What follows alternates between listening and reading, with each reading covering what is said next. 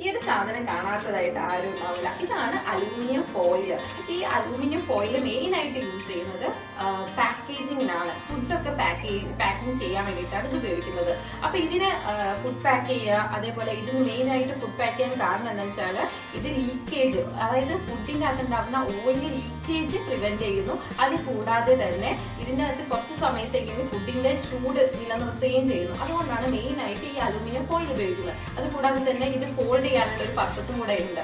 പക്ഷേ ഇതിന് അത്ര തന്നെ ബെനിഫിറ്റ് ഉള്ളത് കൊണ്ട് തന്നെ അത്ര തന്നെ ദോഷങ്ങളും ഉണ്ട്. കാരണം ഇതുമായിട്ട് കോണ്ടാക്ട് ഉണ്ട് ഫുഡ് ഡയറക്റ്റ്, അതായത് അസിഡിക് ആയിട്ടുള്ള ഫുഡ്, ഉപ്പ് കൂടുതൽ അടങ്ങിയിട്ടുള്ള ഫുഡൊക്കെ ഭയങ്കര ചൂടിലാണ് നമ്മൾ ഈ ഒരു ഫോയിലിനകത്തേക്ക് വെക്കുന്നത് എങ്കിൽ ഈ ഒരു ഫോയിൽ ചെറുതായിട്ട് ലീക്ക് ആവാൻ തുടങ്ങും. ലീക്കായിട്ട് നമ്മൾ ഈ ഫുഡിൻ്റെ അകത്തേക്ക് ആഴ്ന്നിറങ്ങുകയും ചെയ്യുന്നു.